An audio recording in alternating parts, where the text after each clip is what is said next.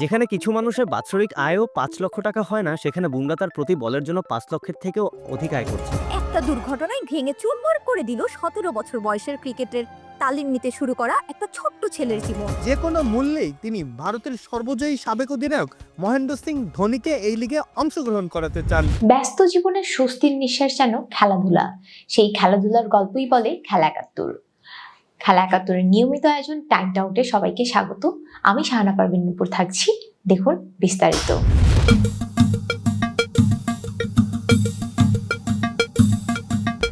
২০০৫ সালে নেমে আসলো সেই অন্ধকারতম দিন।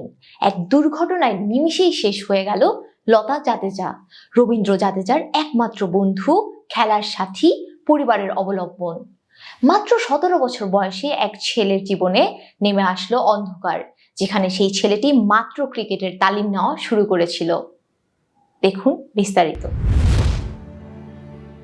বলা হয় রাজপুতরা নাকি হেরে যায় না, লড়তে হবে, লড়াই করতে হবে যতদিন বেঁচে আছি, কথাগুলো বলতেন বাবা অনিরুদ্ধ জাদেজা। যদিও সামান্য ওয়াচম্যানের মুখে এত বড় দার্শনিক বাণী শুনেও সেভাবে পাত্তা দিত না কেউ। শুধু ছোট ছোট ছেলেটা শুনতো, মন দিয়ে শুনতো। মা সরকারি হাসপাতালের নার্স হবার সুবাদে একটা ছোট্ট এক কামরার সরকারি কুঠুরি জুটেছিল ৪ জনের সংসার গুছিয়ে নেবার। সময়টা ১৯৯৮-৯৯ সাল। বোরা গুজরাটি রাজপুত পরিবারের বউ সরকারি চাকরি করলে তা ছিল পড়শির চর্চার বিষয়। কিন্তু অনিরোধের সামান্য ঠিকা চাকরিতে ২ ছেলেমেয়ের ভরণ পোষণ সম্ভব না। অজ্ঞতা ২০০৫ সালে নেমে এসেই অন্ধকারতম দিন দুর্ঘটনায় এক নিমিষে শেষ হয়ে গেলেন লতা জাদেজা। ১৭ বছরের রবীন্দ্র জাদেজার একমাত্র অবলম্বন, তার খেলার সাথী, তার বন্ধু, তার পরিবারের অবলম্বন। একটা দুর্ঘটনায় ভেঙে চুরমার করে দিল ১৭ বছর বয়সের ক্রিকেটের তালিম নিতে শুরু করা একটা ছোট্ট ছেলের জীবন। কিন্তু রবীন্দ্র জাদেজার পিছনে ফিরে থাকার সময় ছিল না। লড়াই অসমাপ্ত রেখে যুদ্ধক্ষেত্রে ছেড়ে যাওয়া মানে ক্ষত্রিয়ের অসম্মান। বাবার দেওয়া বীজ মন্ত্র নিয়ে ক্রিকেটের ২২ গজের সমস্ত লড়াইয়ের জন্য নিজেকে তৈরি করলেন রবি। তার বন্ধু হয়ে উঠল দিদি। মায়ের ফেলে যাওয়া নার্সের চাকরি, অসুস্থ বাবার চিকিৎসার খরচ যে তুলে নিয়েছিল নিজের কাঁধে। রবীন্দ্রের সামনে খুলে দিয়েছিল মুক্ত ক্রিকেটের সবুজ গালিচা। রবীন্দ্র কোচ ছিলেন গুজরাটের চৌহান স্যার। এক সাক্ষাৎকারে আজকের স্টার স্যার জাট্টু বলেছিলেন, একদিন চৌহান স্যার আমাকে পিচের মাঝখানে দাঁড়িয়ে প্রকাশ্যে থাপ্পড় মেরেছিলেন। মা চলে যাবার ভিতরে যন্ত্রণা থেকে চোখে জল এসেছিল থাপ্পড়ের পর। আজ বুঝতে পারি আমাকে কতটা দৃঢ় করে দিয়েছিল ওই থাপ্পড়টা।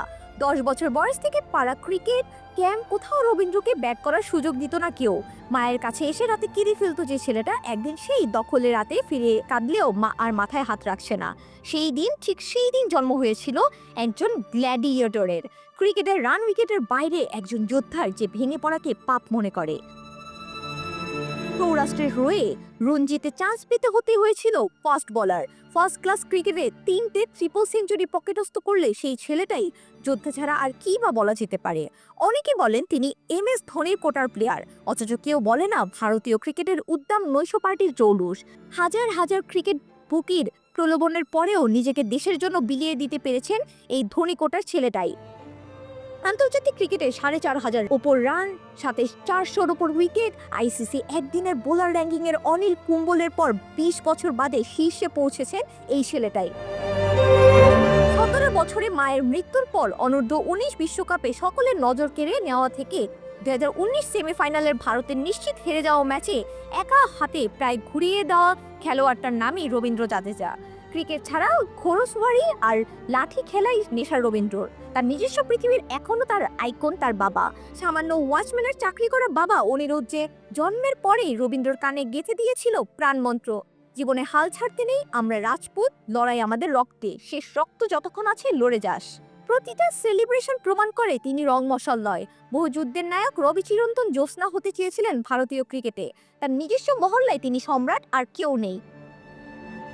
হর্ষ ভোগলে বলেছিলেন, ভারতে ক্রিকেট প্রতিভা নিয়ে অনেকেই আসে, কিন্তু এমন মানসিক দৃঢ়তা সচরাচর দেখা যায় না। যেন সে চেনা প্রবাদ, জীবনে যাই হয়ে যাক দেশের জন্য লড়াইতে নিজেকে বলিদান দিয়ে যেতে হবে। তাই পরজীবী নয়, যতদিন বাঁচবো হেডলাইনে বাঁচবো। শাহানা পারভীন নূপুর, খেলা একাত্তর। যেখানে মানুষের বাৎসরিক আয়ও ৫ লাখ রুপি না, সেইখানে বুমরা তার প্রতি বলের জন্য এর চেয়েও বেশি আয় করতে যাচ্ছেন। এইবার IPL-এ তিনি তার প্রতি বলের জন্য পেতে যাচ্ছেন ৫.৩৬ লক্ষ রুপি। বুমরা ভারতীয় ক্রিকেটে এক অন্যতম শক্তিশালী খেলোয়াড়ের নাম। এইবার মুম্বাই ইন্ডিয়ান্স বুমরাকে তার দলে ফিরিয়ে নিয়েছেন।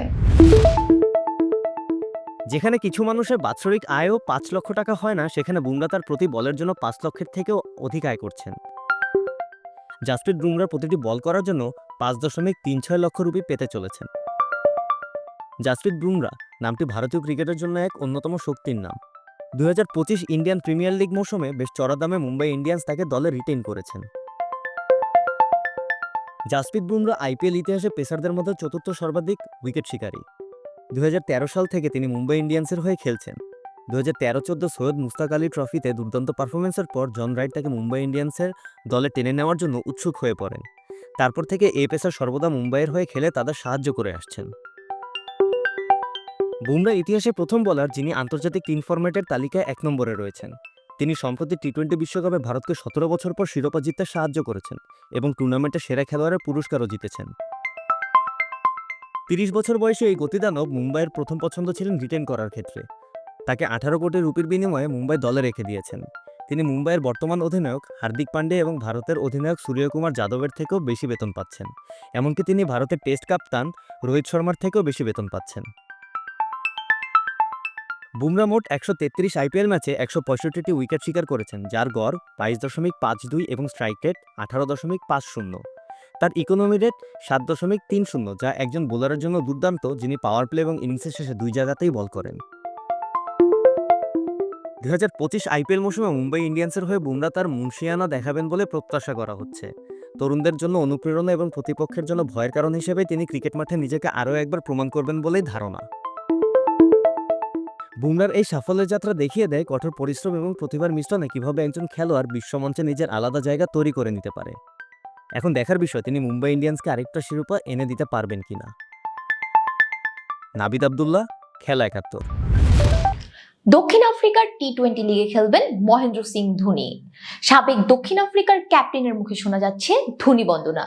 তিনি জানান, ভারতীয় সকল সুপারস্টার যদি দক্ষিণ আফ্রিকার ঘরোয়া ফ্র্যাঞ্চাইজি লিগে খেলেন তাহলে তিনি খুশিই হবেন।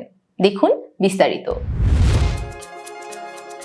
দক্ষিণ আফ্রিকার টি-20 লিগে খেলবেন কি মহেন্দ্র সিং ধোনি? সাবেক দক্ষিণ আফ্রিকার অধিনায়ক গ্রেয়াম স্মিথের কণ্ঠে কিন্তু আরও একবার ধোনি বন্দনা। তিনি জানান, সব ভারতীয় সুপারস্টারকেই তিনি দক্ষিণ আফ্রিকার ঘরোয়া ফ্র্যাঞ্চাইজি লিগ SA টি-20তে খেলতে দেখলে খুশিই হবেন। তবে যে কোনো মূল্যেই তিনি ভারতের সর্বজয়ী সাবেক অধিনায়ক মহেন্দ্র সিং ধোনিকে এই লিগে অংশগ্রহণ করাতে চান। এবছরের শুরুতেই SA-20 লিগের কমিশনার স্মিথ জানিয়েছিলেন যে তিনি ধোনির অবসরের পরে তাকে দক্ষিণ আফ্রিকার টি-20 লিগে খেলতে দেখতে চান। মুম্বাইয়ে SA-20-র ভারত উদ্বোধনী অনুষ্ঠানে নিজের পুরানো বাসনা আরও একবার জানান দিলেন তিনি। মহেন্দ্র সিং ধোনিকে বিশেষণ দিয়ে বিশেষায়িত করা কঠিন। ঠান্ডা মাথার বিচক্ষণতা, ক্যারিশম্যাটিক নেতৃত্বগুণ, অভাবনীয় ব্যাটিং দিয়ে লিগ দেশের গণ্ডি পেরিয়ে ধোনির জয় জয়কার আজ বিশ্বজুড়ে। ভারতীয় ক্রিকেটে রীতিমতো বিপ্লব এনেছিলেন নিজের সময়ে তিনি। 2007 সালে টি-20 বিশ্বকাপ, 2011 সালে ওয়ানডে বিশ্বকাপ, 2013 সালে চ্যাম্পিয়ন্স ট্রফি সহ প্রায় সকল আন্তর্জাতিক ক্রিকেট শিরোপাই জিতিয়েছেন তিনি ভারতকে। তার নেতৃত্বগুণ বাদ দিলেও ম্যাচে তার ইম্প্যাক্ট অপরিহার্য। লাখো ভারতীয় তরুণের আবেগ ও পরিশ্রমের মধ্যে সেতুবন্ধন হিসেবে ক্রিকেটকে ভালোবাসতে শিখিয়েছেন তিনি। ধোনি যেমন ঠান্ডা মাথার কৌশলী অধিনায়ক, ঠিক ততটাই বিধ্বংসী একজন ব্যাটার। নিত্য নতুন উদ্ভাবনী শট বা চাপের মুহূর্তে নিজেকে শান্ত রাখা, সব মিলিয়ে তাকে ক্রিকেটের সর্বকালের অন্যতম সেরা ফিনিশারই বানিয়ে দিয়েছে। এজন্যই ধোনিকে পেতে এত মরিয়া গ্রেভ স্মিথ। তিনি বলেন, দেখুন, আমি বহু বছর ধরে ধোনিকে জ্বালাতন করছি যেন সে অবসর নেয়, কারণ আমি চাই অবসরের পর অন্তত একটা বছর সে সাউথ আফ্রিকা টি-20 লিগে খেলুক। হ্যাঁ, আমি অনেক ভারতীয় কিংবদন্তির বিপক্ষে খেলতে অনেক সংগ্রাম করেছি। ধরুন, আমি যদি এখন খেলতাম তাহলে জহির খানকে লিগ থেকে দূরেই রাখতে চাইতাম, কিন্তু সব ভারতীয় সুপারস্টাররা SA-20তে খেললে আমি খুব খুশিই হব। কিন্তু আপনি জানেন, আমি সর্বদাই ধোনিকে অবসর নিতে বলি যেন তাকে যত দ্রুত সম্ভব একবার আফ্রিকায় নিয়ে যেতে পারি। এছাড়াও স্মিথ আশা করছেন board of control for cricket in India BCCI অন্যান্য ভারতীয়দেরও যেন ভারতের বাইরের লিগগুলোতে খেলার সুযোগ করে দেন। ভারতীয় প্রতিভাবানদের দক্ষিণ আফ্রিকায় বেশ নামডাক আছে বলেও জানান স্মিথ। তিনি বলেন, ভারতের তারকা প্রতিভাবানদের বেশ সুনাম আছে তার দেশে। ভারতীয়দের দক্ষিণ আফ্রিকার কন্ডিশনে লড়াকু মানসিকতা দেখতে তারা মুখিয়ে আছে। একদম শেষের দিকে স্মিথ এটাও বলেন যে দক্ষিণ আফ্রিকা যখন খেলাধুলায় ফিরে এসেছে তখন থেকেই ভারত বন্ধুর মতো পাশে থেকেছে। ভারতের দক্ষিণ আফ্রিকা সমর্থকেরাও তাদের ক্রিকেটের ঐতিহ্যের সাথে মিশে গেছে।